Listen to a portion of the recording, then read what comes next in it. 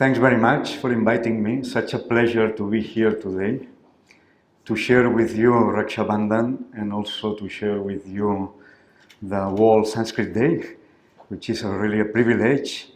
You have really a treasure here in India, which is Sanskrit. And he was referring now, the previous speaker, and before going into my speech, just one small note, he was referring to Panini and to Panini's grammar. But just to make you understand the greatness of Paninian grammar, I would just like to say, as Mishra Ji knows very well, and thanks to Sampadan Mishra for inviting me to be here, you know, Paninian grammar has 4,000 rules, sutras, little bit less, they're a little bit less. And these 4,000 rules, if you print them, it will be a very small book, maybe 30 pages, 30, 40, no more than that, okay? Because for the ancient Sanskrit grammarians, brevity was very important. They used to say that a Sanskrit grammarian, if he was able to save a short vowel, he will regocize as he gets a son born out of, because such was the importance of compressing language. Now, in these 30 pages, printed pages, you have the description of Sanskrit, you have the description of different dialects of Sanskrit, have the description of Vedic Sanskrit, you have the etymology of words, you have all the conjugations, etc. In these 30 pages. What is interesting is if you decode this language, because Panini was utilizing a meta language. The Sanskrit he uses to write these sutras is not common Sanskrit. It's a technical, it's a paribhashic Sanskrit, it's a meta Sanskrit. Now, if you decode these 30 pages and you put in normal language, you get a book of 500 pages. And that's been done by grammarians. So this power of compressing the language, the compressing, how he did that, to understand that, now we have to go into computational linguistics, okay? But I won't go now. I just wanted to make this relevant. How this single 30 pages in a meta language, so dense, so compact, full of technicalities, if you span it, becomes how he did that, and that in itself is something really incredible. As Sampadan has said, I am from Spain. Actually, I am now the director of the Instituto Cervantes in New Delhi. Instituto Cervantes basically is the Spanish language and cultural center. This is official, and you can come there if you are in Connaught Place to learn Spanish, that we are attached to the embassy, and we have a very big center. But, and I opened this center back in 2007. I came here because of my knowledge of, but my other background is basically that I studied Sanskrit in Banaras Hindu University. I will tell you more about that. And I have done 2 Sanskrit dictionaries, Sanskrit Catalan, which is my mother tongue. I am from Barcelona. And I've done also Sanskrit Spanish, which is the official language. And I have about 15 books translated, including Yoga Sutras, and the latest one is Bhagavad Gita. फिर भी मैं अगर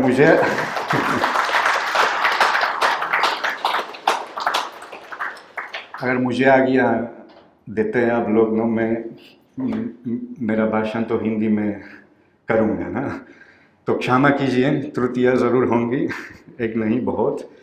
मैं लिख के कुछ तैयारी करके आया हूँ. और जैसे संस्कृत और संस्कृति के बारे में सबसे पहले हम लोग तो थोड़ा ध्यान देंगे ना. तो संस्कृत और संस्कृति, सीधी सी बात है कि संस्कृत और संस्कृति के बीच एक शाब्दिक संबंध है. तो सबसे पहले हम लोग शब्दों में ध्यान देंगे. संस्कृत शब्द सम उपसर्ग पूर्वक क्री धातु से बनता है, अर्थात संस्कृत से बनता है. संस्कृत धातु उपसर्ग के साथ. संस्कृत का मौलिक अर्थ है एक साथ रखना, अच्छी तरह से बनाना, एक साथ जोड़ना, रचना करना. इसका सेकेंडरी मीनिंग या गौण अर्थ है तैयार करना, सजाना, अलंकृत करना, परिष्कृत करना. परिपूर्ण करना, that we will say in English, make perfect. That's what the meaning of the original root is. एक तीसरा अर्थ भी होता है, अभी भी कहा गया है पहले ना, पवित्र नियम के अनुसार बनाना या व्यवस्थित करना, पवित्र करना। इस अंतिम अर्थ के अनुसार संस्कार शब्द आता है ना, जो बहुत प्रसिद्ध है हमारा, वो संस्कार होता है हिंदुओं के जीवन में, क्योंकि संस्कार हमारी जिंदगी पवित्र करते हैं। संस्कृत शब्द संस्कृत धातु से एकता प्रत्यय, मतलब पास्ट पार्टिसिपल, एकता प्रत्यय से जोड़कर बनता है। तो संस्कृत शब्द का अर्थ होगा सजी हुई भाषा, परिष्कृत और परिपूर्ण की गई भाषा, परफेक्ट लैंग्वेज और पॉलिश लैंग्वेज। और संस्कृति का अर्थ होगा, संस्कृत का अर्थ हम निकल दिया, अभी संस्कृति का अर्थ क्या होगा, जो हम तो इसका अनुवाद करते हैं अंग्रेजी में कल्चर ना। तो संस्कृति का अर्थ होगा सजाना, अलंकृत करना, परिष्कृत करना, परिपूर्ण करना। तो संस्कृति क्या होती है? संस्कृति is that which make us perfect, full, which develops all our potentialities and gives us our plenitude. This is the real meaning of Sanskriti. Even culture in Latin, culture comes from Latin. My own language comes from Latin, Spanish. And culture means also cultivate, okay? And a culture man is like a field that's been cultivated, no? Instead of being a... So that's also the meaning of culture in Latin, which is parallels the meaning of Sanskriti in Sanskrit. इस व्याख्या से साफ होता है कि संस्कृत की जानकारी से हिंदी शब्दों की सूक्ष्म अर्थ, छिपे हुए अर्थ निकलता है। So this is one good service of Sanskrit. You will understand Hindi much better. यही सबसे प्रथम संस्कृत की उपयोगिता की हिंदी भाषा की सूक्ष्मता समझ में आने लगती है। भाषा और संस्कृति के बीच में दृढ़ संबंध है, इसलिए संस्कृति के लिए संस्कृत जरूरी है। वो संस्कृति के लिए संस्कृत तो जरूरी है, वो शब्द भी यही बताते हैं ना। संस्कृत के माध्यम से संस्कृति विकसित हो जाती है, मजबूत हो जाती है, परिपूर्ण हो जाती है। संस्कृति का तात्पर्य है अलंकृत जीवन शैली। ये बहुत सुंदर बात है ना। तो अगर आप संस्कृति अलंकृत जीवन शैली है, और इस अलंकृत जीवन शैली के लिए संस्कृत की भूमिका बहुत ज़रूरी है। संस्कृत न सिर्फ जुबान की शुद्धि करता है और अलंकारण भी करता है, जुबान के अलंकारण और शुद्धि, मन की शुद्धि और अलंकारण भी करता है, दोनों काम, जुबान और मन की। मैंने अभी कहा कि संस्कृत और संस्कृति में खास रिश्ता है। उसी तरह से भाषा और चिंतन के बीच में विशेष संबंध है, क्योंकि भाषा हमारा चिंतन प्रभावित और सुव्यवस्थित करती है। जितनी अर्थपूर्ण और सुसंगत हमारी भाषा होती है, उतना हमारा सोच। दरअसल एक इक्वेशन बनता है, भाषा, चिंतन और संस्कृति। ये तो इसका एक इक्वेशन तो बहुत महत्वपूर्ण है। अगर संस्कृत एक अलंकृत, परिष्कृत और सुसंगठित भाषा है, हमारा सोच और हमारी संस्कृति भी अलंकृत, परिष्कृत और सुसंगठित हो गए। जब मैं 45 साल पहले जब मैं पहली बार इस देश का दौरा किया था, तो मैं इसकी संस्कृति से बहुत प्रभावित हुआ था। मैं काफ़ी नौजवान था उस समय। मैं लोगों की आस्था में बहुत प्रभावित हुआ। देवताओं के अस्तित्व में इतना विश्वास, जगत की सार्थकता में इतना भरोसा और पुरुषार्थ की प्राप्ति के लिए मार्गों की इतनी विविधता। मैंने पाया कि यहाँ न केवल देवताओं में बल्कि लोगों में भी गहरी आस्था थी। मैंने अनुभव किया कि विचारों और लोगों की विविधता के लिए बहुत सम्मान था। ऐसा भी लगा कि यहाँ हर किसी को अपनी शर्तों में जीने की इजाज़त दी जाती है। मैंने ये भी महसूस किया कि एक बहुत ही प्राचीन लेकिन आबादित संस्कृति इस देश की राग में दौड़ती है और लोगों को अनजाने तरीके से प्रभावित करती है। मुझे भी कभी कभी लगता है कि भारतीय लोगों को तो पुरानी संस्कृति से प्रभावित है, लेकिन कभी कभी मालूम भी नहीं होता ना किस तरीक़ों से इस प्रभाव तो पड़ जाता है हमारे आधुनिक जीवन में। और विशेषकर एक बहुत अच्छा सिद्धांत है वो भारतीय दर्शन में, वो पुरुषार्थ। गांधी जी भी पुरुषार्थों की तरफ भी बहुत ध्यान दिया ना, क्योंकि पुरुषार्थ संपूर्णता की ओर मार्ग बताते हैं ना, क्योंकि काम, अर्थ, धर्म और मोक्ष, हर एक पहलू, जिंदगी का हर एक पहलू इसमें है ना। इस पहली यात्रा में जब मैं आया था भारत में, संयोग से भगवद गीता मेरे हाथों में पड़ गई। पढ़ते पढ़ते, और उस समय मैं संस्कृत में नहीं पढ़ता था, अंग्रेजी में पढ़ते पढ़ते एक श्लोक ने मेरी ज़िंदगी बदल दी और मैंने फैसला किया कि मैं संस्कृत पढ़ लूँगा ताकि मैं भगवद गीता उनके मूल भाषा में विधिवत में पढ़ सकूँ ना। स्पेन वापस गया, फिर कुछ सालों बाद मुझे एक छात्रवृत्ति मिली स्पेनिश सरकार की,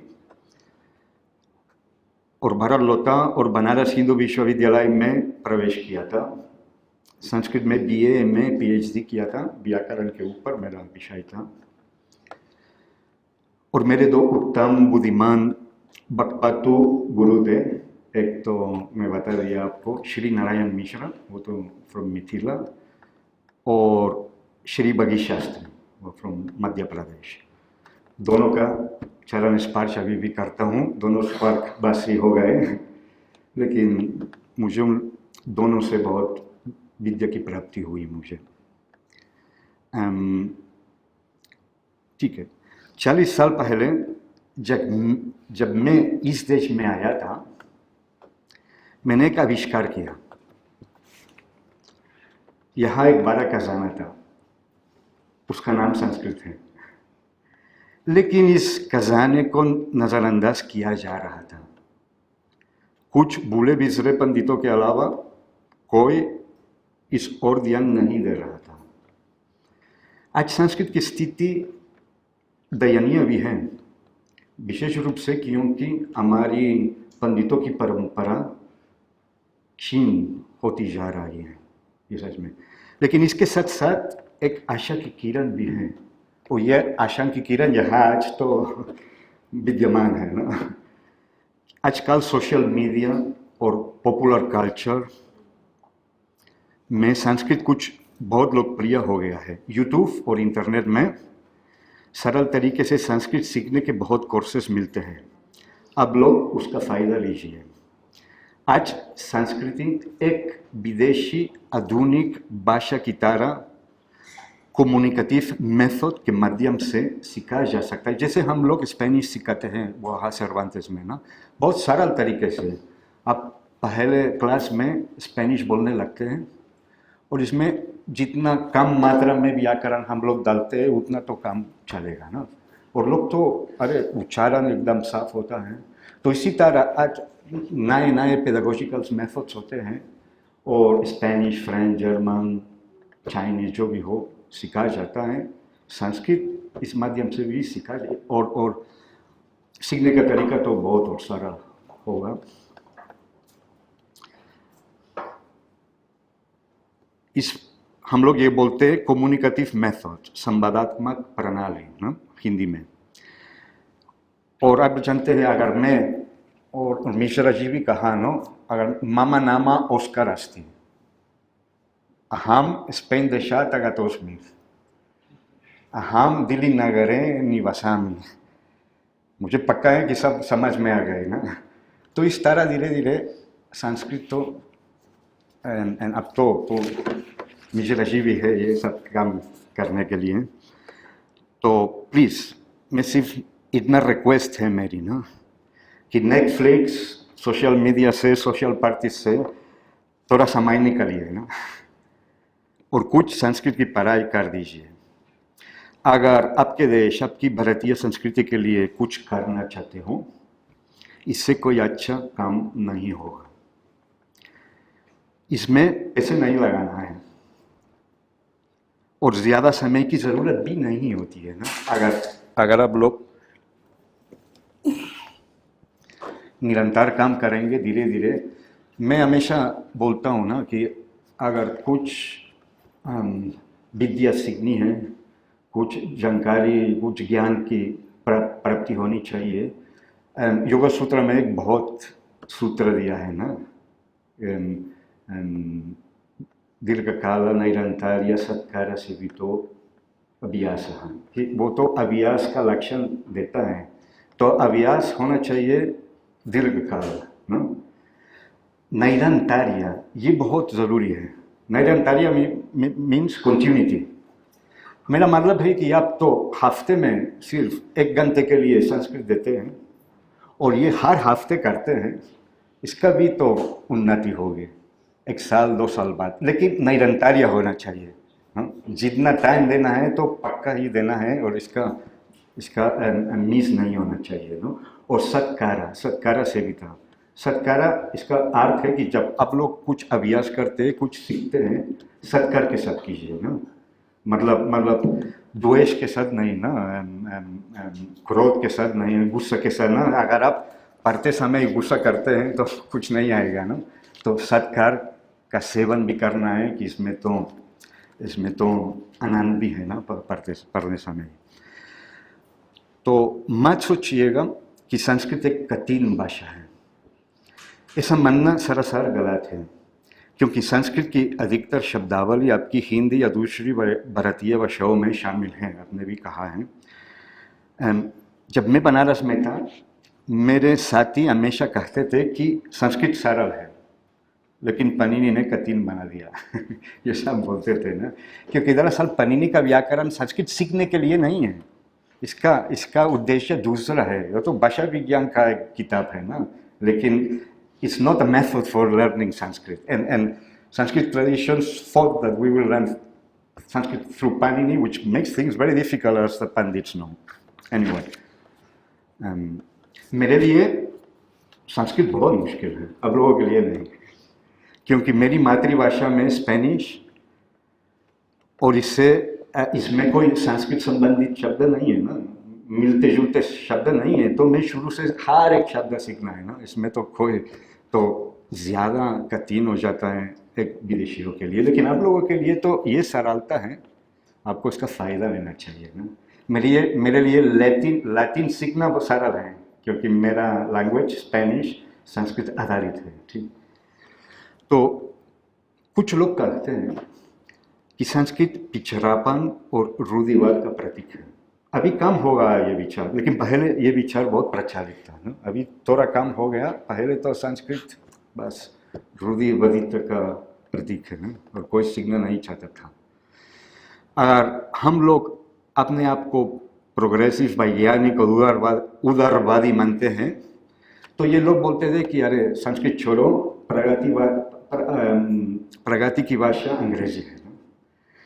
लेकिन सबसे पहले कहना चाहता हूँ कि संस्कृत और अंग्रेजी के बीच कोई विरोध नहीं है, ये कृत्रिम विरोध। आप तो अंग्रेजी में प्रवीण हो सकते हैं, कुशल हो सकते हैं, और संस्कृत में भी इसमें क्या अंतर विरोध है? कुछ नहीं ना।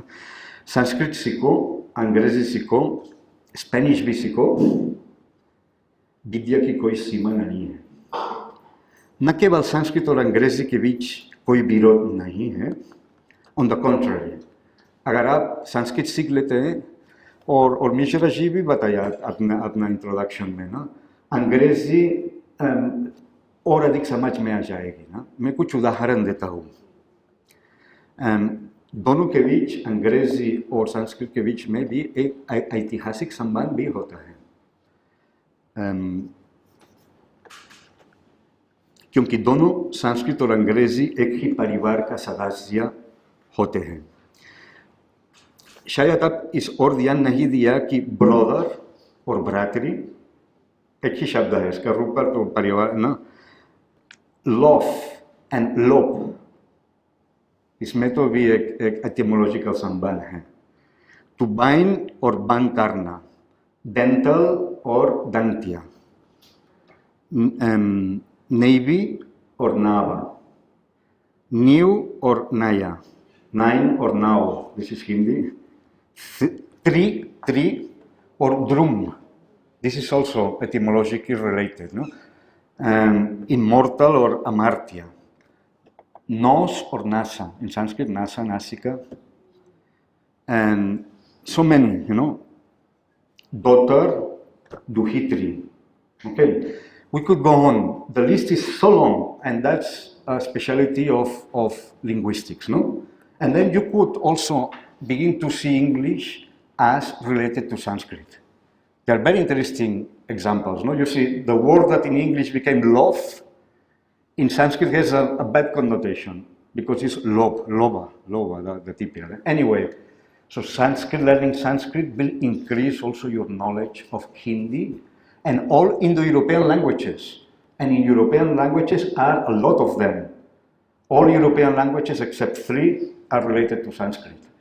Most all language of Russia, of Central Asia, of Iran, Afghanistan, are also related to Sanskrit. So the scope is really huge. रही तो पिछड़ापन की बात, आपको आश्चर्य होगा कि प्रगतिशीलता और उदारवाद के उदाहरण संस्कृत साहित्य में कितने मिलते हैं। महाभारत में एक रोचक उपाख्यान में विवाह की उत्पत्ति की कहानी कही जाती है। इस किस्से में कहा जाता है कि शादी कब हुई और कैसे हुई। मैं अभी ये कहानी नहीं सुनाऊंगा, आप लोग पढ़ लीजिए महाभारत से ना, ये तो फर्स्ट बुक ऑफ महाभारत। अगर मैं इसका पूरा मैं आपको दे सकता हूँ इसका पूरा ना, और संस्कृत ओरिजिनल संस्कृत में पढ़ सकते हैं।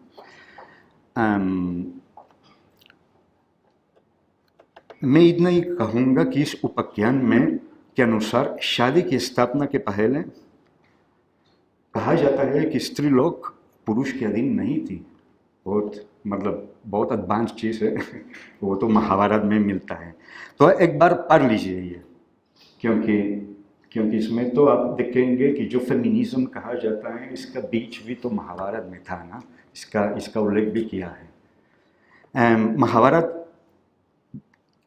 में बार बार कहा जाता है कि धर्म काल से संबंधित है, धर्म को काल की अपेक्षा होती है, जमाने के मुताबिक धर्म बदलता जाता है।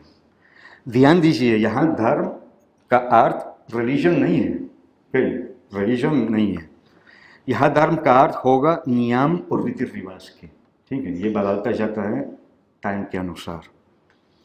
यहाँ धर्म का बदलाव मैं बता रहा हूँ, मत सोचिएगा कि धर्म का परिवर्तन, ये नहीं है ना, बिल्कुल नहीं, इट्स नॉट कन्वर्शन, ओके। धर्म हियर मीन्स रीति रिवाज, मीन्स नियम, सोशल नियम। तो महाभारत बार बार कहता है कि समय के अनुसार धर्म बदलता है, जो पहले धर्म था समय के चलते अधर्म में परिवर्तित हो जाता है, ये तो आपको उसका उल्लेख मिलेगा। और जो अधर्म था समय के चलते धर्म बन जाता है। ये बहुत प्रगतिशील विचार है, क्योंकि इसमें रिजिडिटी खत्म हो जाता है ना, और काल की अपेक्षा होती है, और हिंदुइज्म काल के अनुसार बदलता रहता है। ये हर रिलीजन में नहीं होता ये। एक दूसरे उपाख्यान में, and I think this is the first example I keep telling all my Western friends, you know, I don't know if there is any other literature which goes against capital punishment. You know, in my country there is no capital punishment. We think that progressive countries, they don't have capital punishment. So in the Mahabharata, now you imagine, when I think nobody in the West never thought about abolishing capital punishment, already there is a very beautiful dialogue between Satyavan or Dyumatsen. And this is again against capital punishment, no? Dyumatsen Raja था और सत्यवान राजकुमार। सत्यवान कि युक्ति है कि एक अपराधी दंडित करने के लिए मृत्युदंड के सिवाय सारे तरीके हैं, लेकिन मृत्युदंड असभ्य, जंगली और जलील तरीका है। ये बहुत रोचक है और it's very very very forward and very okay. I just quote here one samas from Abhinavagupta, the great Kashmiri, one of the greatest writers in the Sanskrit tradition from Kashmir. He wrote both philosophy, Tantra philosophy and Alankar Shastra. He was a great. And the great Abhinavagupta speaks of the great vice of condemning other people's opinion. I think that we are so fond today, okay? He says in Sanskrit, Darshanantara Dushana Samuparjita Mahapatak. He says that criticizing other people's philosophy is a Mahapatak, okay? Well, आज संस्कृत आज भी सार्थक है, क्योंकि ये अभी भी मनोविज्ञान मतलब सोशल साइंसेस, मनोविज्ञान की कुछ समस्याओं पर प्रकाश डालने में योगदान दे सकती है। जैसे कि मैंने अक्सर कहा है कि संस्कृत अभी भी भाषा विज्ञान, कंप्यूटेशनल भाषा विज्ञान मतलब कंप्यूटेशनल लिंग्विस्टिक्स, दर्शन, सौंदर्य शास्त्र, मनोविज्ञान, प्राकृतिक चिकित्सा और आयुर्वेद, राजनीतिक विज्ञान, चेतना अध्ययन. This is called consciousness studies. This is as you know very well, is one of the newest branches of knowledge, that also is being studied in the West, and one of the frontiers of thinking because it's very difficult to speak. And Sanskrit texts, Shankaracharya speaks all the time about consciousness. Abhinavagupta also, all the great savants, you have so much to say about consciousness, which still puzzles very much the Western mind. So, चेतना अध्ययन और निश्चित रूप से योग और ध्यान जैसे कई क्षेत्रों में प्रासंगिक है। संस्कृत और पाली साहित्य से आने वाली अवधारणाएं बहुत ऊंचे विचार की है ना, जैसे अहिंसा, you invented ahimsa, the idea of karuna, maitri, anishansa. Anishansa is a very beautiful concept, absence of cruelty, samta, ध्यान, कर्म योग, निर्वाण, रास आदि का लगातार पुनर्उपयोग किया जा रहा है और आधुनिक समय के लिए अनुकूलित किया जा रहा है. You just think, how many Westerners, they take one Indian idea, which is like the Pali sati. Sati means mindfulness, okay, in Pali. And they take mindfulness and it's become such a huge thing everywhere, no? They are using mindfulness in the hospitals to treat people. And but the idea is Indian, and you just use this knowledge, which has so many years, and put to use in the modern world. And that it's being done constantly. Now you must find the ways. I don't say it's easy, okay? You must find the ways. But that knowledge is there. You only have to go there and say, खजाना वहाँ है, अब तो जाइए, उसको तो माल ले लीजिए इसे और इसका उपयोग कर देना. अब मैं आधुनिक भारत के संदर्भ में संस्कृत की प्रासंगिकता की ओर इशारा करना चाहता हूँ. कुछ समय पहले मैंने एक बहुत ही ज्ञानी और होनहार भारतीय इतिहासकार से सुना था कि हाथी और 6 अंधे व्यक्ति की मशहूर कहानी, the elephant and the 6 men blind, एक अंग्रेजी कविता थी. वाओ, जाहिर है उन्होंने इस बात का नज़रअंदाज किया कि इस कहानी का स्रोत भारतीय है और बौद्ध, जैन और हिंदू साहित्य में अच्छी तरह से प्रमाणित है ना, और प्रचलित है. ये उनकी गलती नहीं थी, उस आदमी की गलती नहीं थी, बल्कि उस शिक्षा प्रणाली की गलती थी जिसमें उनका पालन पोषण हुआ. और ये मैं खुद बनारस में देखा. Back in the 80s, I was a student there in the 90s. Many Indian literary critics will know everything about T.S. Eliot's aesthetic theory of objective correlate. That was, But they will ignore completely the Rasa theory of Bharata, which is one aesthetic theory which is incredibly modern. It's the first before the West has any subjective aesthetic theory, India had already his subjective where this just keeps falling. Anyway, मेरा कहना है कि यूरोपीय लोगों को यूरोपीय संस्कृति के आधार ग्रीको लैटिन विरासत की सराहना करने के लिए शिक्षित किया है और अरास्तु, प्लेटो या सेनेका से परिचित है। लेकिन संस्कृत साहित्य के संबंध में भारत में ऐसा नहीं होता है। शायद अभी कुछ परिवर्तन हो रहा है, लेकिन पहले नहीं होता है। बिल्कुल अज्ञान थे कि हमारी संस्कृत परंपरा में क्या क्या विचार की ऊंचाई क्या होती है ना, बिल्कुल।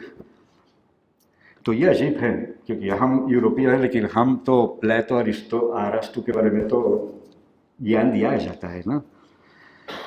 और ये भी बहुत इम्पोर्टेंट है, हमें ये नहीं भूलना चाहिए कि यूरोपीय पुनर्जागरण, जो पुनर्जागरण हो रहा है यूरोप अभी 5 सेंचुरी पहले की शुरुआत ग्रीको लैटिन परंपरा की जांच के साथ हुई थी।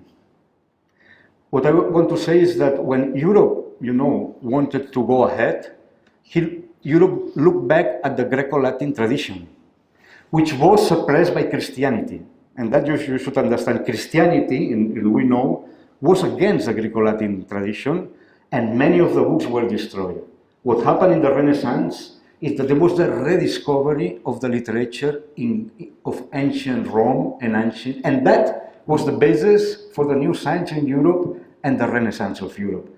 So it's clear, India has to see also his own. The Sanskrit tradition is no less than the Greco-Latin, it's even more than the Greco-Latin tradition. So you have to go and see what was there already in your civilization and we did that to very good result, as you know. So going back to the roots of your classical tradition, and not every civilization has a classical tradition. You are lucky. Like we had a classical tradition with Greek and Latin, you have a classical tradition with Sanskrit. So not only Sanskrit, also Tamil.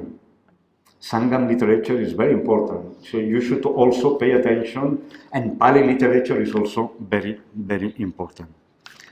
I will be ending here at a lot of your time with just a last message. As I said, and I will say now in Hindi, क्या भारतीय पुनर्जागरण की शुरुआत संस्कृत और संबंध परंपराओं की जांच से नहीं होनी चाहिए? आधुनिकता का स्रोत सिर्फ पाश्चात्य सभ्यता में नहीं मिलता है. This is another important thing. Don't think that to be modern you have to follow the West. Okay, modernity is not. Nobody has the monopoly of modernity. Only the time has the monopoly of modernity. No, and my mantra is be modern and use Sanskrit to decolonize your mind. Be modern and learn Sanskrit. Use Sanskrit precisely, to go beyond whatever shackles colonialism has put there. Sanskrit को अपनाइए, क्योंकि भाषा और चिंतन, भाषा और संस्कृति परस्पर संबंधित है. जब आप एक नई भाषा सीखते हैं, आप बाहरी दुनिया देखने के लिए एक नई खिड़की खोलते हैं. आप एक नया दृष्टिकोण अपनाते हैं. इस खुली हुई नई खिड़की से ताज़ा हवा का झोंका आता है. If you learn Spanish, you will know, what is Spanish culture, and you will have new, fresh air from learning Spanish, no? एक नई दृष्टि, एक नया विचार, एक नया सोच, एक नई समाज. और जब ये भाषा संस्कृत है, न केवल बाहरी दुनिया की ओर खिड़की खुलती है, लेकिन आंतरिक आत्मा की ओर भी खुलासा होता है. क्योंकि संस्कृत एक परदेशी भाषा नहीं है, अपनी ही है. क्योंकि संस्कृत भारतीय संस्कृति का आत्मा है, भारतीय संस्कृति का प्राण है. Thank you very much.